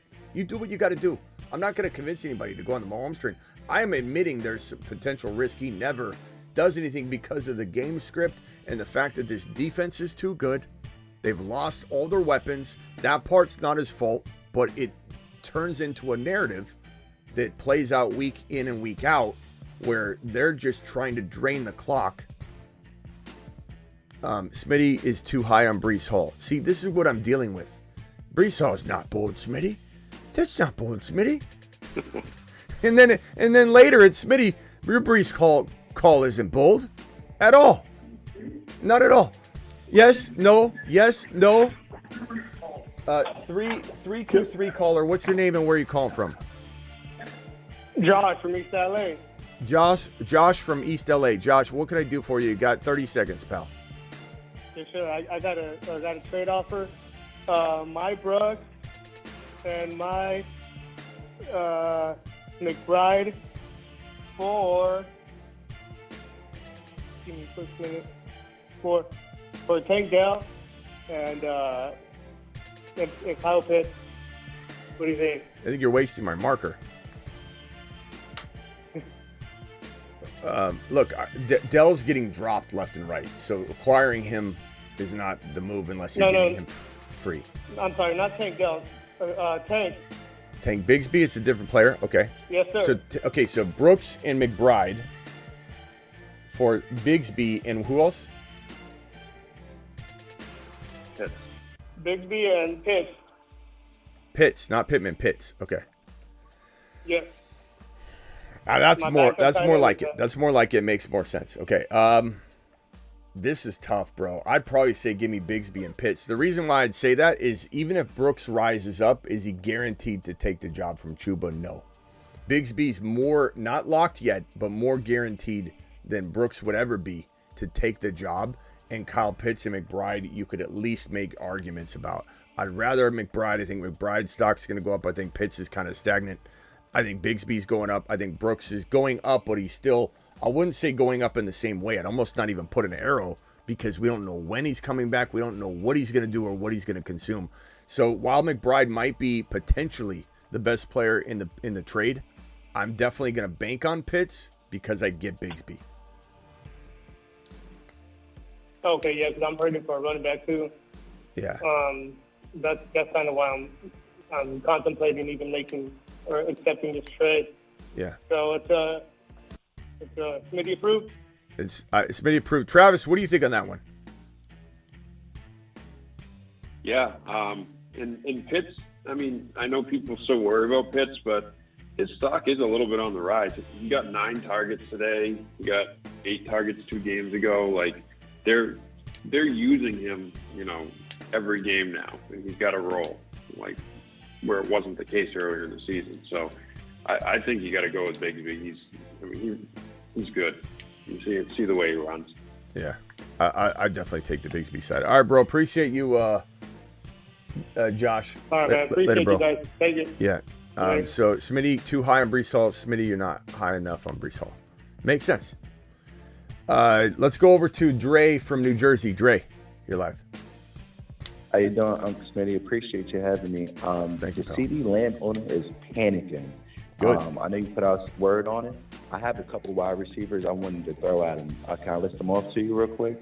Yeah. CD Lamb. Okay, go ahead. So his owner is panicking. I have Wilson, Adams, JSN, and Downs. You think it's possible? What do you think? Yeah, I think it is. I would honestly give up both these guys to get CD. With DK, we'll have to wait and see. I don't know that there's any update on DK. DK came out of the tent, tried to give it a go, shook it off, got on the cart, went to the locker room, knee injury, hearing MCL, hearing a few different things, but it's certainly something that I think could potentially have multiple game implications. It may not, though. We're totally guessing at this point. Sometimes a grade 1 MCL can be played on the next game, especially DK is weird. But I would assume that JSN gets an uptick in value. If he does, then maybe there's a way to do this, but I don't know that it's going to be all that possible without them blowing up. Had they blown up and had an amazing game, I think we'd be looking at something where you potentially had an ability to do this. I don't have. Let me see if I can get the stats from the game right now. Hold on. Let me pull up this one. Here's the box score, just so we have the exact numbers for Adams. Adams was, I don't know what to make of what I saw tonight. I really don't. Tonight was so hard to judge. I mean, this team looked so much better last week, and then I think things got out of hand and they started to snowball. I don't know that we're in a situation where I think things unravel backwards, but I don't know that it feels as powerful, this Jets offense, especially if they're not in a position. I kind of throw it out the window for a game. I mean, I know you have to take it into consideration, but Adams hasn't been playing. He's been sitting on his ass for 4 weeks pretending to be hurt, unless he really is hurt, But, and he did have 9 targets. So I kind of give, and it was the Pittsburgh Steelers defense too. It's true. So I kind of give it a mulligan. I'm not saying I'd be more confident in other teams because they're dysfunctional, but I wouldn't panic all that much. I think that's logical because I know some people will. I think that's logical, but the problem with his situation is Garrett Wilson. I'm just kind of mapping it out, like how the regular human being is judging this thing. And so, you look at Breece Hall, 6 receptions, 103. He was the leading receiver by a country mile. Receptions and yardage, and long play, 57 yards.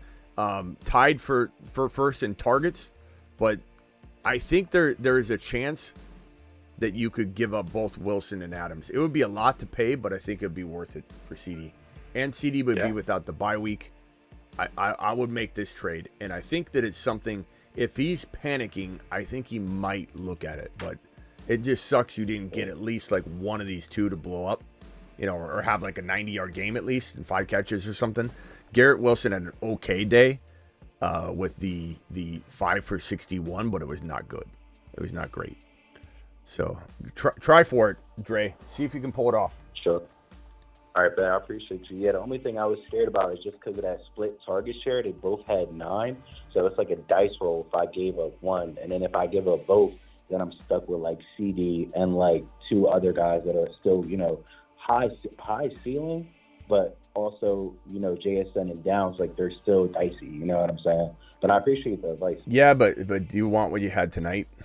I'd rather CD. Yeah, exactly. Appreciate you. Have a good one. All right, later, bro. Travis, you're live. Again. So, like you mentioned, I try to think logically and I try not to panic on things because I think that's a good way to get burned. But I also understand there's a side to that you need. So, on the Mahomes thing, I have him, and like I think one thing people need to realize is like another thing you preach all the time, and I know you said it probably today, the whole adjust and adapt. Like, I was worried about Mahomes, so when his bye week was coming up, I went and I traded for Hurts, and I know everyone can't get Hurts, but I bought low on him, and so now I have them, and I'm actually happy to have Mahomes on the bench because, you know, I could be wrong again. It could be like my logical way of thinking, trying not to panic, but there's plenty of decent or good receivers out there that if they trade for him and you put them on that team, I mean, you saw what Juju did. I know they have a rapport, but that things can pick up. New feature here. We used to do this with the chat dropping the recycle emoji sign or whatever, but I think what we're going to do is if someone drops a $20 hauler at any point in the future, and they say in the message, flip the script on, which it didn't. Hold on, my computer's lagging, so it didn't. So let's say somebody said, Smitty, flip the script on your Patrick Mahomes take. Flip the script on the Russell Wilson take. Flip the script on the Caleb Williams, whatever. I will literally give you my very best argument on the other side. So I think this will be a good segment. This will be a good thing to introduce to the show because there are ways to argue all things, and I can make a very strong case for pretty much anything. So why is this still spelled wrong? Flittipa. Hold on. Yeah, and again, my point was that I'm happy to have him. Right. Like, I'm talking to the people that are saying drop him, you know.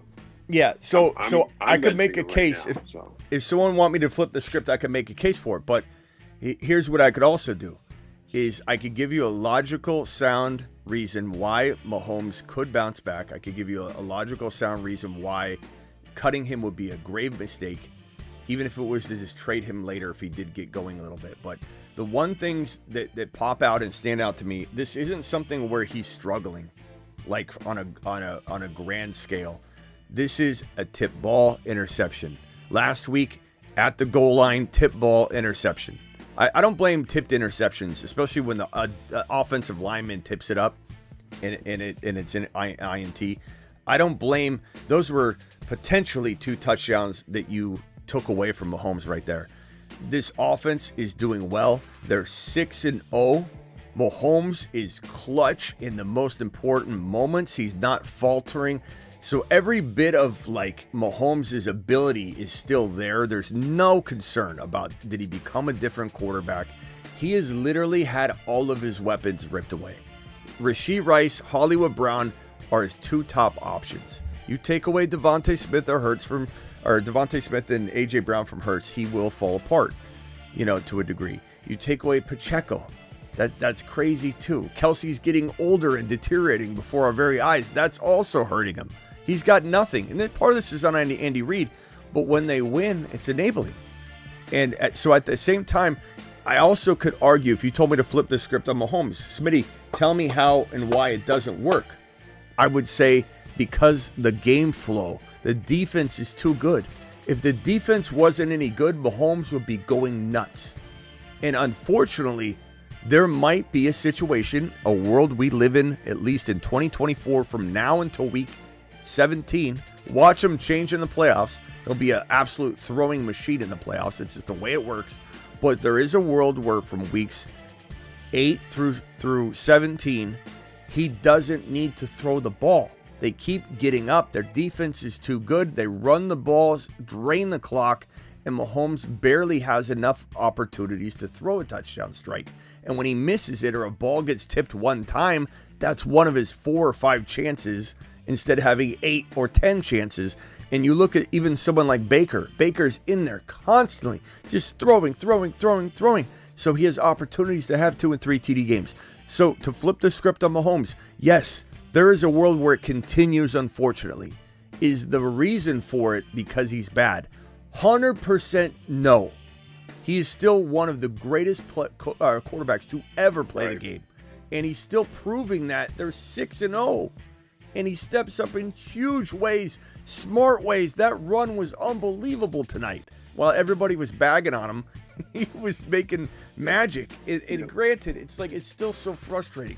You know what's frustrating? To watch Russell Wilson, very mediocre, go out and run for a touchdown, throw 2 touchdowns, easily have 3 touchdowns because the game script allows it. But yet Mahomes, arguably still the best quarterback in the National Football League. Even my Niner buddies tonight in our group chat said Mahomes is even in his bad game, he's still the best quarterback in the league. Like, it's so amazing how he just, when time came, he delivered. And that's just the truth. I'm telling you, I'm not giving up on the specialness that's inside this kid, and I'm not going to cut him. Would I put him on the bench for a quarterback like Baker? I would take that week by week, and I'd be open-minded to it right now in this moment, which is big for me to say. And this is not me being a fan of Mahomes or any sort of fandom involved. I'm not a Chiefs fan or just doubling down, like me being stubborn with my prediction or anything.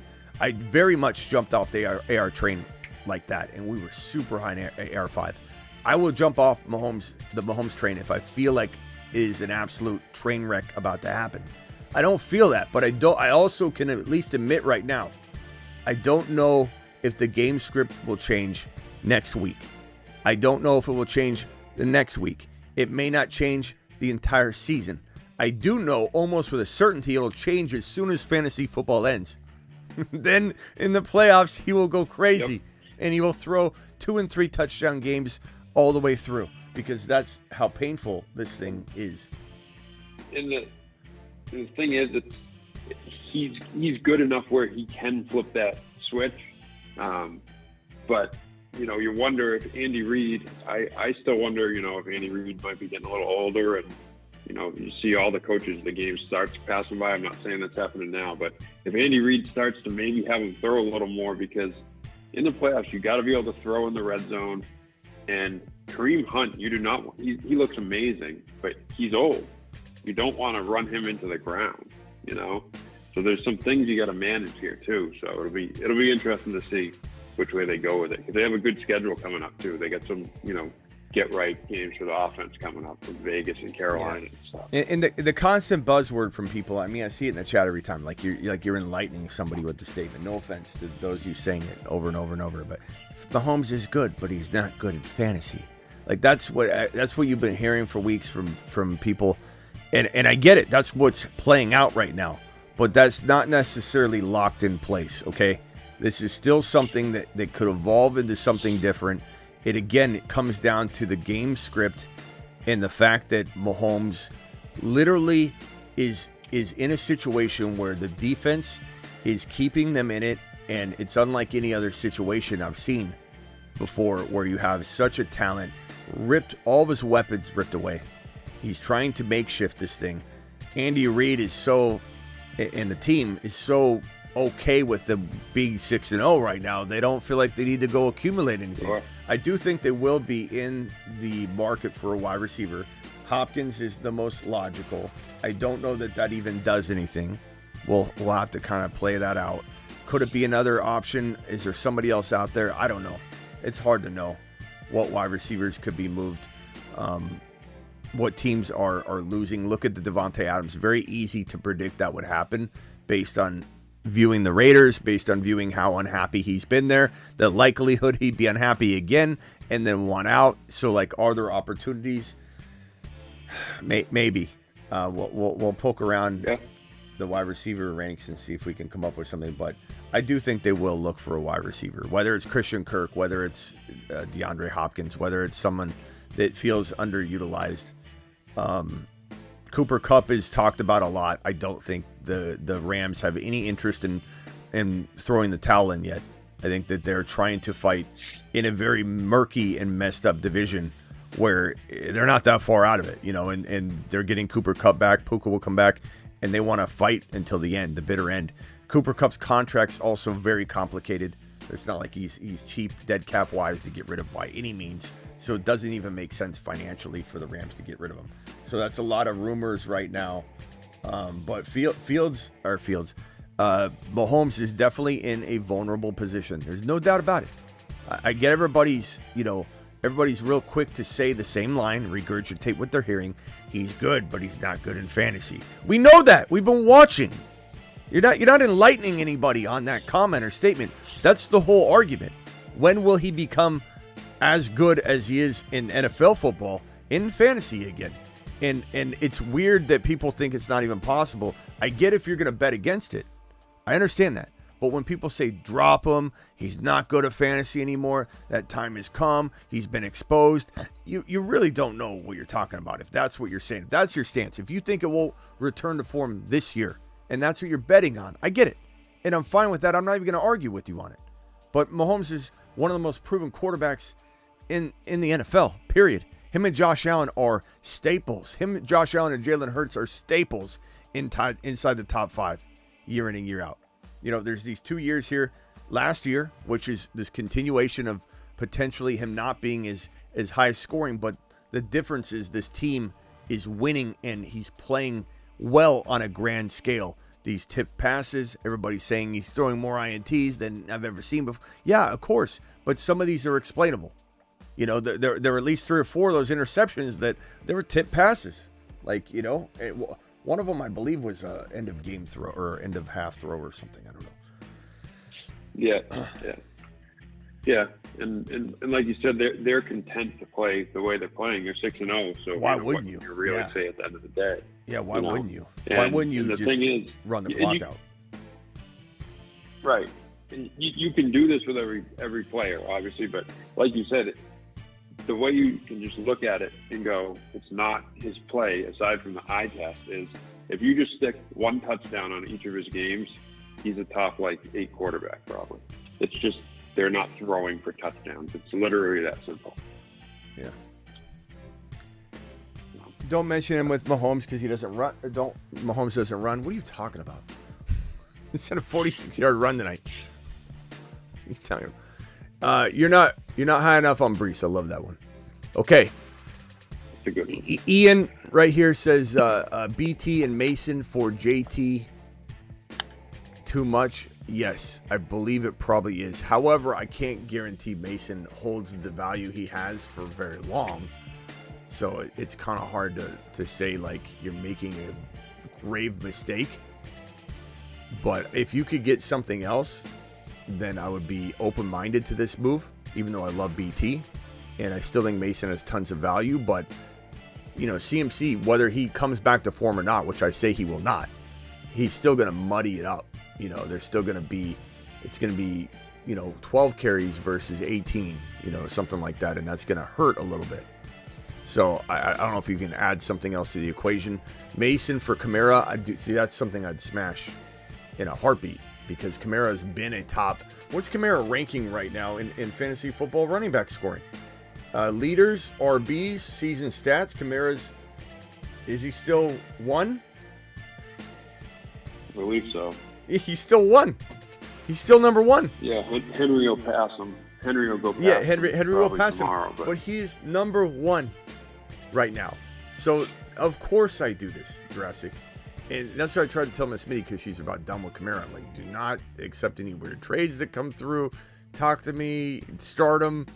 He's been playing out of his mind. Elaborate on Russ going forward. Fields is done.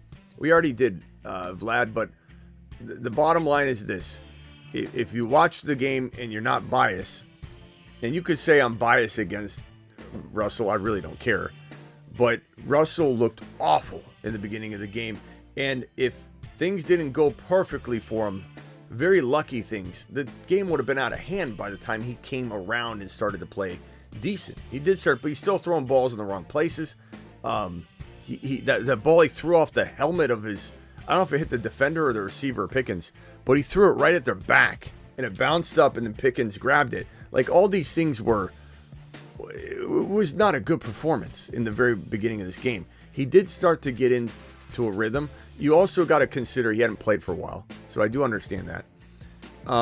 But I'm going to need to see him do it again because literally this team looked like it was struggling and the Jets just kept allowing them chance after chance after chance. Now, granted, the upcoming schedule might allow this to happen again. But do I think Russell Wilson's a 3 TD guy on the regular? Absolutely not. Do I think Russell Wilson cooked tonight? I don't think so. I would not categorize it as that. Did he end up having a good line because he had 3 touchdowns? Sure. But I would not 100%. I would 100% say I'm not sold on Russell Wilson being the better option than Fields. Just because they won the game. They won 4 games with Fields. Like, I don't understand why people are saying, yeah, that proves it. Like, this is a primetime game. Who knows what Fields would have done? And Fields hasn't been supported the entire time. Fields constantly has never been awarded the starting job in name. They've never said anything of the sort. They never supported him fully. It's felt like he's been driving around Wilson's tailor-made car. Here are the keys to Russell's car. Take care of it while he's gone. And we're not going to cultivate an offense around you at all. That's it right there. You know, it's not like they built this offense for him. They kept it Russell Wilson made. And here's Fields trying to fit you're fitting a square peg into a round hole all year long, and Russell's not supported.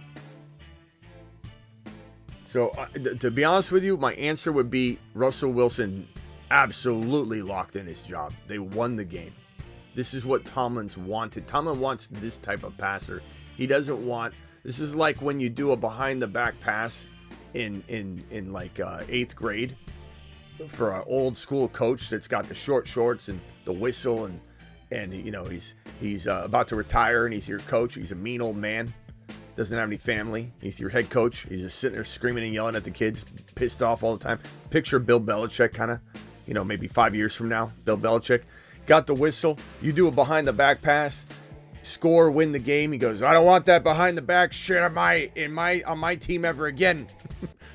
That's Tomlin. Tomlin doesn't like Fields' style. He doesn't want him out there. He hasn't wanted him out there from the beginning. If only Fields wasn't neglected by both the Bears and the Steelers, we don't know what we'd be looking at. So do I think that Russell Wilson won this game? No. I think the defense won the game. Do I think the defense would have won the game for Fields? Yeah, I think they would have as well. But I think Fields would have probably had as creatively just different balanced game, or he's running in 2 touchdowns, might throw one. Maybe he would have had 3 scores in this game, or at least 2, and the defense played very well. We'll see what's up in the coming games, but you know, we'll see. We'll see. Appreciate the super chat. Travis, anything else on that topic or anything else? And then I'm going to probably jump out of here. Yeah, actually I called in to ask on Kincaid. I think you saw a little more hope today. He got, you know, a couple of balls down by the red zone. And, but are you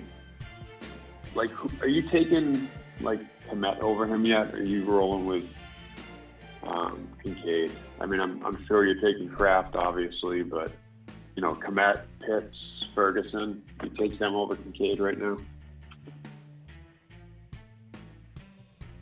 Or you know, hold Kincaid because you think this offense is going to come around?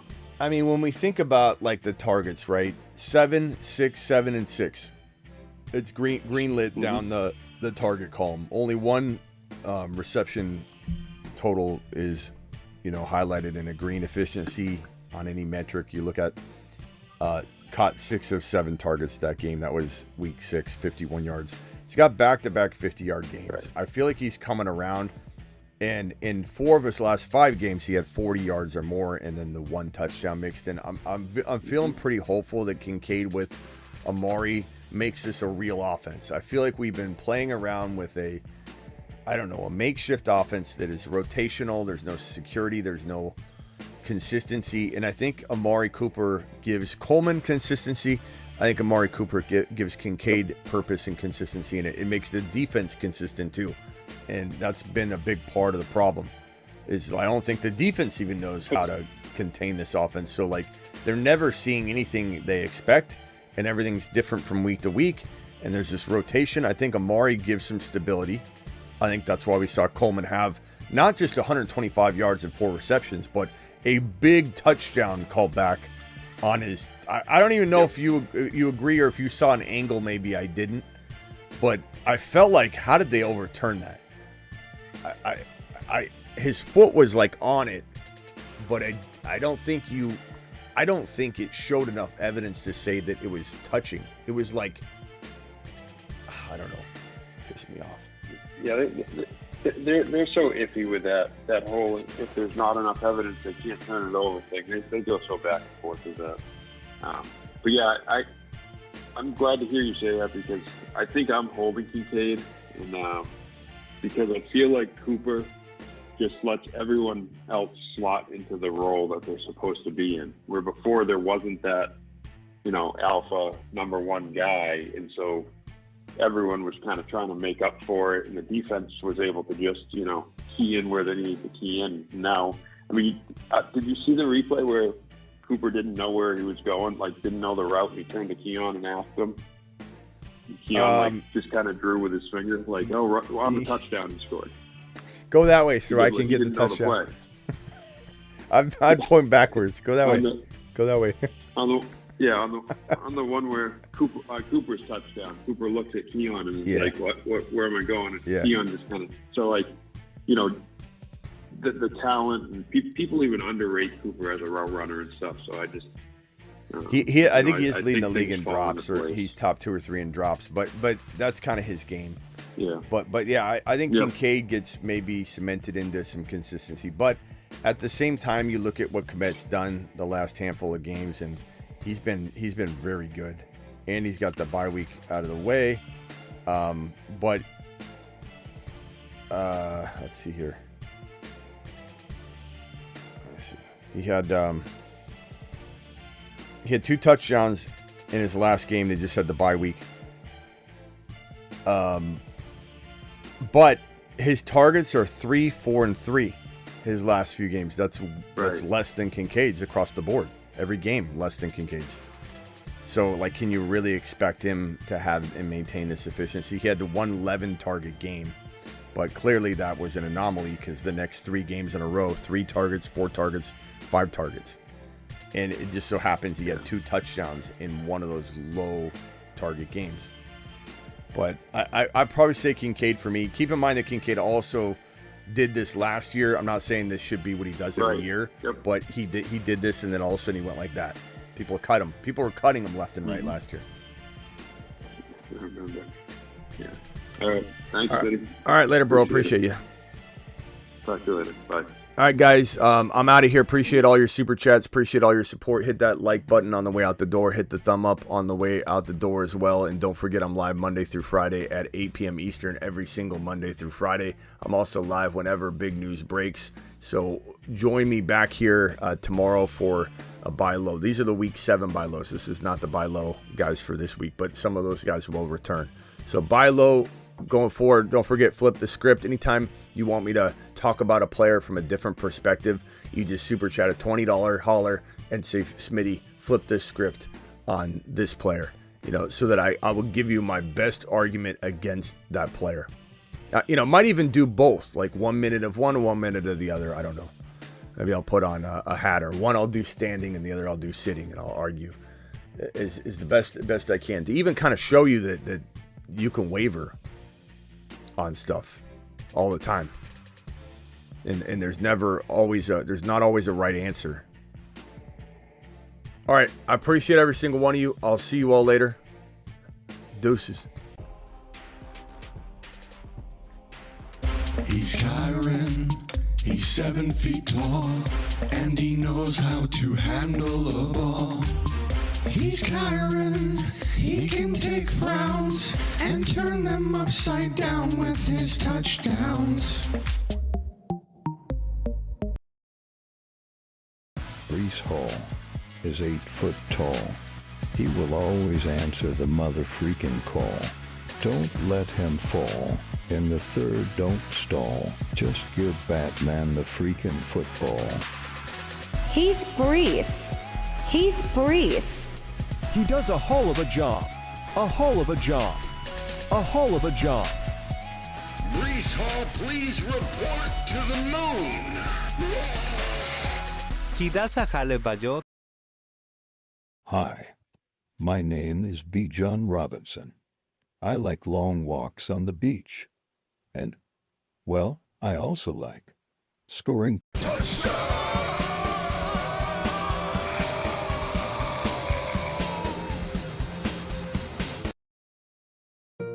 Kenneth Skywalker.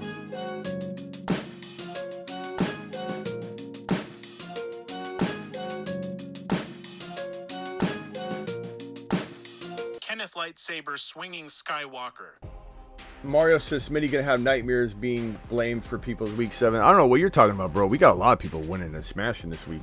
You know how many home runs we had this week with Gibbs and Kyron and Brees and Walker? Like, what in the hell are you talking about?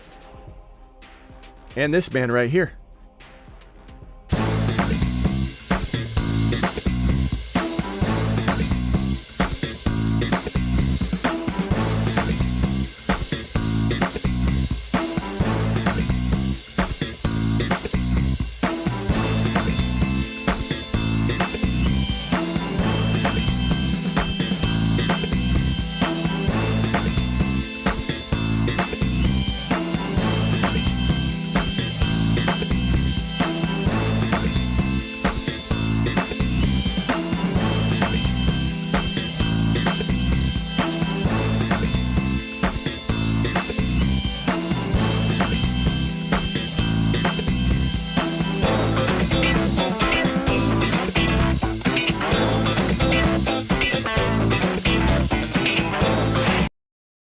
But the continuum of the gigawatt component structure of Jahmyr Gibbs' workload divide has a megawatt offload that if you compartmentalize the component conjunction timekeeper and you flux capacitor out the continuum component megabolt, things just end up happening. And that's why Jahmyr Gibbs is a top 5 to 10 running back instead of top 6 to 10. Got him. Hi, my name is B. John Robinson. I like long walks on the beach. And, well, I also like scoring.